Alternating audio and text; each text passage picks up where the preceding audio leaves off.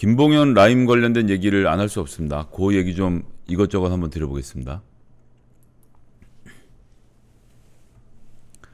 검찰 조력 받았다던 김봉현 실제 도피 행적도 한 편의 영화. 한겨레신문 기사입니다.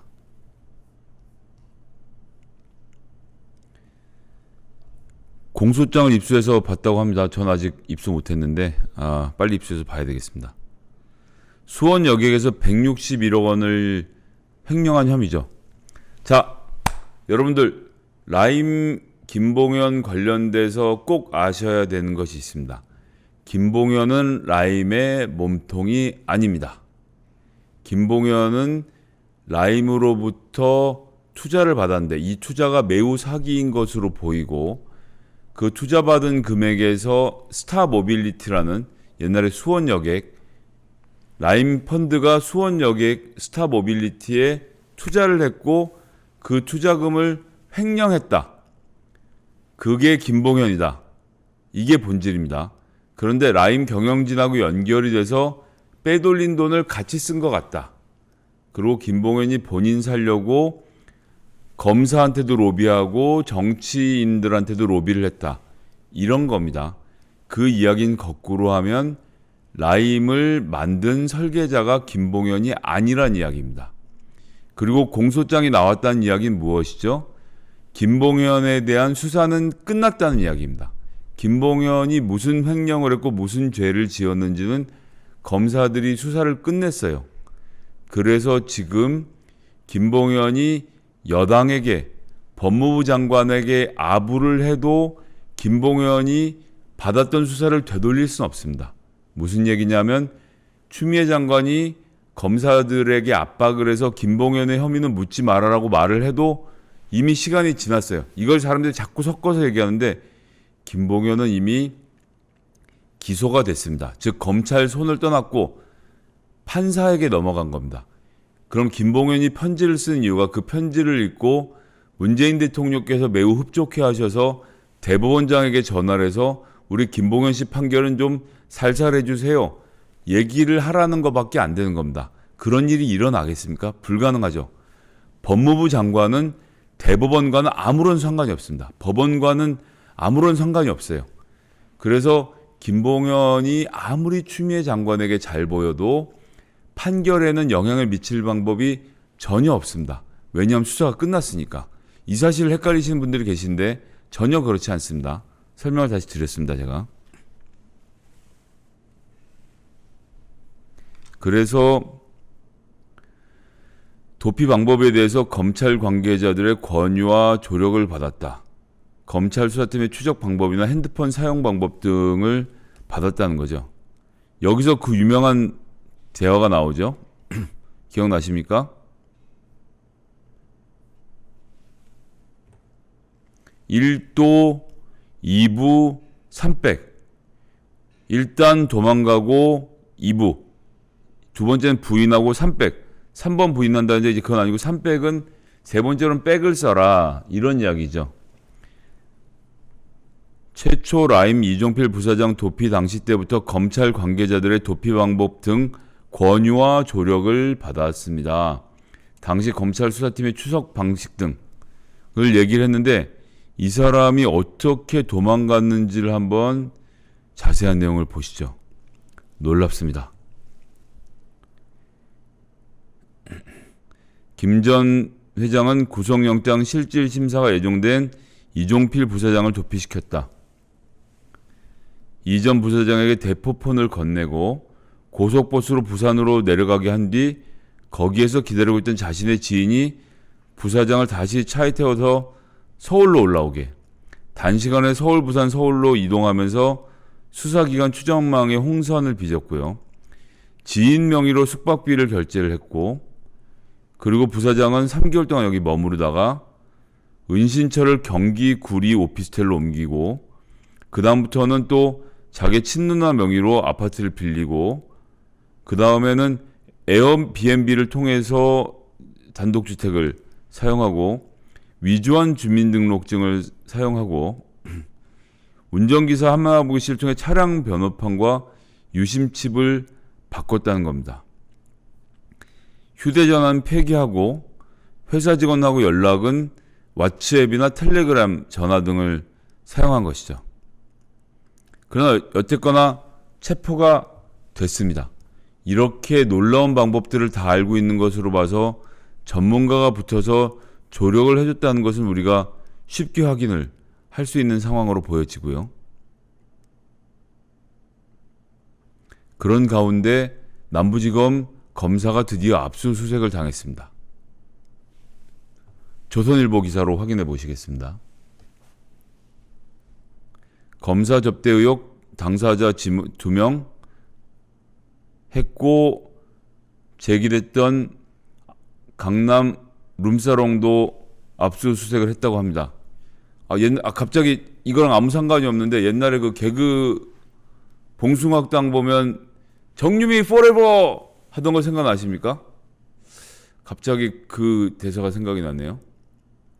하여튼 룸사롱을 압수수색했답니다. 서울 남부지검 접대 의혹을 제기했던 검사 2명의 집무실과 자택을 압수수색했다. 이런 것이고요. 서울 강남 룸사롱을 압수수색해서 거래 내역 등을 확보했다. 라고 하고 있는 것이죠. 서울 강남구의 F네요, 여기도. F룸사롱을 통해서 현직 검사 3명에게 1,000만 원어치 술을 접대했다라고 주장했는데 자기하고 검찰 출신 전관, 이 변호사, 검사 생명, 동양친구, 김모 씨 전 청와대 행정관, 이종필 라인 부사장 등이 있었다라고 주장을 했는데 자, 같은 룸사롱에서는 금감원 검사역 2019년 8월 술자리와는 별개다. 이렇게 하는데 예. 이 김봉현의 수법 중에 또 하나를 말씀드리면 룸사롱의 방을 여러 개를 잡고 한 방에는 검사들, 한 방에는 검사역들, 한 방에는 기업인들 이렇게 불러놓고 번갈아 가면서 자리를 왔다 갔다 하면서 양쪽을 소개시켜주고 이런 일을 했다라는 의혹 제기도 있습니다. 그리고 1,000만 원이 당일에는 방 3개를 빌려서 접대를 했다고 하죠. 비밀방, 검사와 자기들만 이야기를 나누는 방, 접대방은 그 소위 말하는 술집의 이 룸사롱의 종업원들과 함께 어울리는 방이 있었고 대기방이 있었습니다. 제가 유튜브기 때문에요. 그리고 이것은 19금 방송도 아니기 때문에 대기방에 대한 용도에 대해서는 저도 아는 바가 없고 말씀을 안 드리도록 하겠습니다.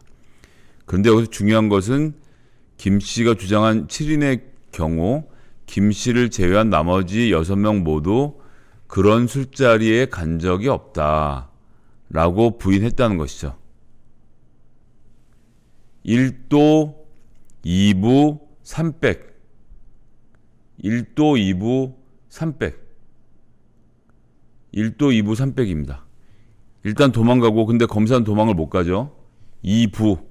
그 다음에 부인하고 백을 써라. 백은 누가 있겠습니까? 특수부 검사들이죠. 형님이 불러서 제가 한 건데 제가 이렇게 돼야 됩니까? 안에서 어마어마한 갑론을박이 오고 가고 있겠죠. 이 문제는 좀 지켜봐야 한다고 생각을 하고요. 그 다음에 그래서 지금 추미애 법무부 장관이 하고 있는 소위 말하는 이 감찰에 대해서 조선일보가 아주 특이한 주장을 내놓습니다. 그 주장을 먼저 기사를 통해서 확인해 보시죠.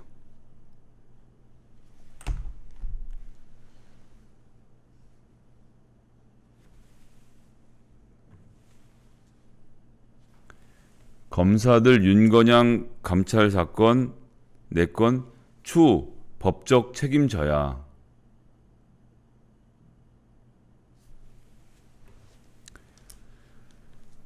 이 제목을 보고 놀라운 거 하나 찾으셨습니까? 김봉현이 강기정 수석에게 돈을 줬다라고 진술한 내용을 가지고 강기정 수석을 수사를 하고 있죠. 김봉현의 진술입니다. 그래서 검찰이 수사를 하고 있는데 강기정 수석이 돈을 받지 않은 것으로 확인되면 윤석열 총장이 법적 책임을 집니까? 김봉현이 한 거짓말에 대한 책임을 윤석열이 지냐고요? 안 지죠. 그리고 그 사실을 대서특필하면서 강기정 수석이 에게 5천만 원 줬다. 5천만 원 준 거 아닙니다. 김봉현은 5천만 원 주라고 이 대표에게 돈을 건네준 거고 이 대표는 그 돈을 강기정 수석에게 전달하지 않았다는 것이 팩트인데 조선일보는 이 당시의 보도를 김봉현 콤마 치고 강기정에게 5천만 원 줬다. 따옴표 닫고를 했죠. 이건 허위 보도였습니다. 여기에 대해서는 법적 책임을 져야 되겠죠. 하지만 김봉현이 이런 진술을 했고 그 진술에 대해서 검찰이 조사를 하면 했는데 만약 강기정 수석이 돈을 안 받은 것으로 나오면 윤석열이나 해당 수사검사가 법적 책임을 집니까? 안 집니다.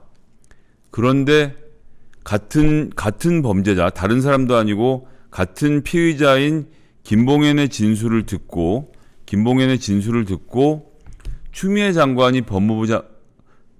추미애 법무부 장관이 감찰을 지시하면 법적 책임을 져야 한다라는 주장은 도대체 어떻게 가능해지는 겁니까?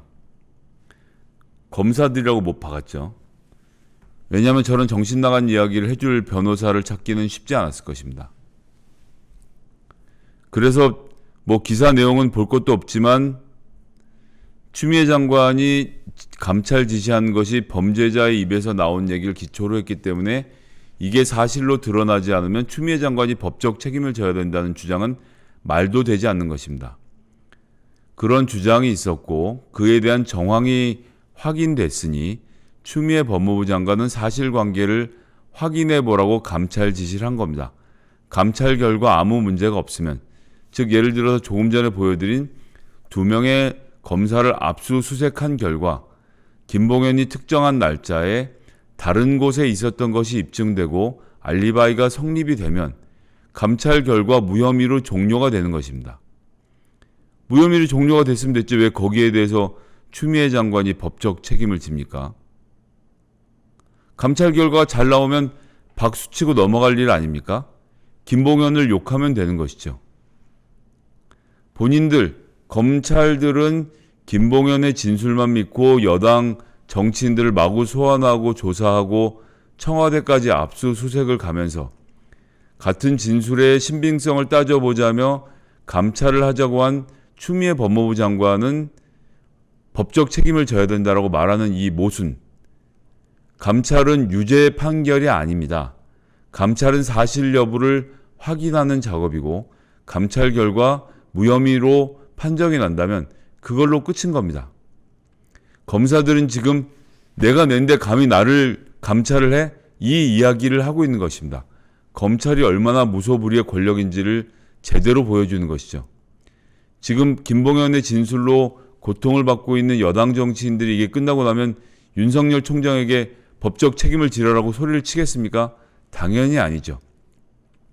감찰도 그런 과정입니다. 추미애 법무부 장관은 합리적인 의심을 통해서 감찰을 지시했고 그 감찰 결과는 무혐의로 나오면 무혐의로 나온 대로 우리가 인정하고 검사들에게 박수를 치고 김봉현을 욕하면 되는 것이고 감찰 결과 문제가 있었다고 드러나면 해당 검사들은 처벌받으면 되는 것입니다.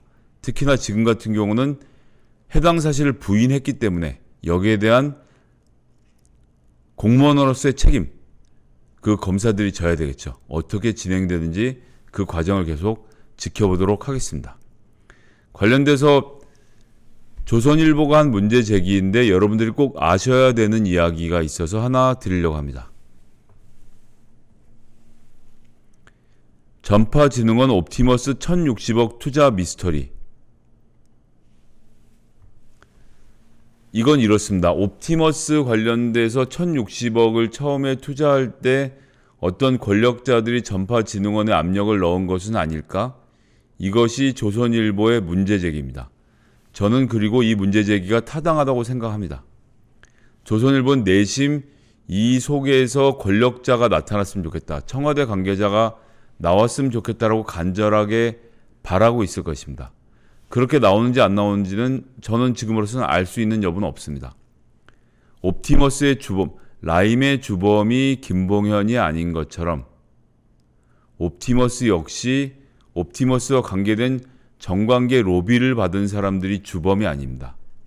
처음에 1,060억 원의 투자를 끌어내서 이 사업을 벌였던 자, 그가 로비했던 자, 그리고 5천억 원 가까운 이 사기 금액을 지금 현재 손에 들고 있는 자, 그리고 이게 사기인 줄 알면서 판매에 협조했던 자, 이 자들을 다 잡아내는 과정이 있어야 하는데 지금 조선일보는 이 중에서 특히 정계, 여당 관련 의혹자가 한 사람 나오면 그 사람만 두들겨 팬 다음에 나머지들을 다 시선을 돌리려고 노력을 하는 것입니다. 그럼에도 불구하고 이 관계는 찾아야 되죠. 내용을 보시겠습니다. 옵티머스 펀드에 1,060억 원을 투자했던 한국방송통신전파진흥원, 옵티머스 1호 펀드 상품이 만들어지기도 전에 옵티머스 측에 돈을 맡겼다는 진술이 지금 나와 있는 상태라는 것이고요. 여기서 로비 창구로 지목된 정영재 옵티머스 대체투자 대표, 제가 어제도 말씀드렸지만 이 사람이 매우 중요한 사람입니다. 이 사람을 잡아서 이 사람이 어떤 사람들에게 로비를 했는지를 살펴보는 게 매우 중요합니다. 2017년 5월쯤 정영재가 김 대표와 이혁진에게 전파진흥원 투자금 100억을 유치해서 작은 증권사 계좌 펀드에 넣어놨는데 이걸로 사업을 해보자고 제안을 했다라는 것이죠. 펀드가 만들어진 건 그 뒤로 한 달 후인데 100억을 먼저 투자를 받았다. 이거는 물론 일방적인 정영재의 주장이기 때문에 사기일 수도 있지만 어쨌거나 살펴보아야 하는 것입니다. 이거는 전파진흥원의 계좌만 추적해보면 그냥 나오는 거죠. 서울중앙지검 윤석열 지검장이 2017년에 전파진흥원으로부터 고발을 받고 계좌 추적을 그때 해봤더라면 지금의 이런 일은 다 벌어지지 않았겠죠. 펀드가 만들어지기 전에 투자했다는 말이 되는데 부풀려서 말했을 가능성도 보고 있는 것이고요. 옵티머스 일당은 2017년 6월부터 옵티머스 레포펀드를 만들었고 전파진흥원이 72억 5천만 원을 투자한 것입니다. 그랬는데 성지건설 무자못 M&A에 쓰이는 데는 엉뚱한 용도로 쓰였고요. 전파진흥원이 1,060억 원을 투자한 배경이 뭐냐? 옵티머스가 총 팔아치운 펀드는 1조 5천억 원이고 현재 환매 중단이 되어 있는 것이 5천억 원이죠. 정영재 씨가 전파진흥원 직원 등에게 매달 1,000만 원, 2천만 원 상당의 로비를 했다. 단독 결정은 아닌 것 같고 유력 인사 개입이 가능성이 있다라고 한 겁니다. 이 진술을 조선일보가 지금 어떻게 확보했을까요? 검찰이 흘려준 것이죠. 검찰이 이런 내용을 말했을 것이다 하고 흘려줬을 것이라고 저는 생각을 합니다. 이렇게 진술을 해서 다른 유력 인사 개입 이야기를 한 것은 유력 인사가 여당일 가능성이 있기 때문인 겁니다. 옵티머스 투자에 여당 인사가 개입되어 있다면 어떻게 해야 될까요? 이것을 덮을 수 있을까요? 세상에 덮을 수 있는 사건 같은 건 이제 없습니다. 여권 인사가 연루되어 있다면 무자비하게 파헤쳐서 사실관계를 드러나게 해야 합니다. 하지만 아까 전에 기사에서 보셨듯 정영재 씨가 매달 전파진흥원에 1,000만 원, 2천만 원 로비를 했다는 것, 이런 사기꾼들은 여야에 광범위하게 로비를 합니다. 로비를 하려고 접근해서 만나기도 하고 술을 같이 먹기도 하죠. 그것과 실제로 돈을 받는 것, 그리고 돈을 받는 것과 돈을 받고 실제로 한국전파진흥원에 투자를 알선하는 것, 이것은 다 범죄의 종류와 질이 다릅니다. 실제로 투자 알선한 사람이 누군지 찾아내는 것이 중요한 일인데 정영재 씨가 여권 인사와 밥을 한번 먹었다는 사실이 확인되면 아마 그것으로 보도를 덮으려고 들 것입니다. 하지만 제가 말씀드렸습니다만 처음에 옵티머스 펀드를 설계했던 정영재, 김지현 대표, 이 사람들에 대한 수사, 특히 정영재 씨는 지금 도망 다니고 있는데 이분을 검거하는 것이 매우 중요하고요. 그 다음에 지금 현재 환매 중단되어서 사라진 것으로 추정된 5천억 원의 행방, 이거는 계좌 추적을 통해서 확인할 수 있습니다. 그리고 NH 등 이 옵티머스 펀드를 마구 팔아치운 대상자들 어떤 로비를 받았는지, 그리고 이것을 들여다봐야 하는 금감원은 왜 제대로 사실을 확인하지 않았는지, 그리고 한국전파진흥원의 수사 의뢰에도 불구하고 윤석열 서울지검장 산하에 김유철 부장검사는 왜 이 사건에 대해서 계좌 추적도 하지 않고 그냥 덮었는지, 혹시 그 과정에서 특수부끼리의 전관 예우가 작동한 것은 아닌지, 이런 것들을 종합적으로 살펴봐야 합니다. 사기는 여권 인사 혼자 할 수 있는 게 아닙니다. 사기꾼들이 이렇게 수많은 사람들을 자기 편으로 엮어서 돈을 해먹는 것이 사기의 수법입니다.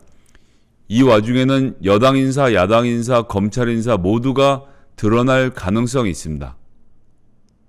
정치인들이 연루되어 있다면 발본색원해야 하지만 그 과정에서 여당 정치인 한 사람을 틀어잡고 나머지를 미꾸라지처럼 빠져나가게 하는 일은 절대로 용납해서는 안 됩니다. 그 과정들을 우리가 두 눈 뜨고 똑바로 지켜봐야 할 것이고요. 그런 가운데서 사실관계를 확인해야 될 것입니다. 이상 오늘 제가 준비한 옳은 소리는 다 마치도록 하겠습니다. 촬영 김성애, 제작 김성애, 조명 김성애, 분장 김성애, 자료준비 김성애, 출연 김성애, 편집 김성애, 모든 것을 저 혼자 하다 보니 방송에 부족함이 아직 많습니다. 회원제를 시작하면 편집자도 구하고 좀 더 다양한 옳은 소리 만들도록 노력하겠습니다. 앞으로도 더 열심히 하겠습니다. 감사합니다.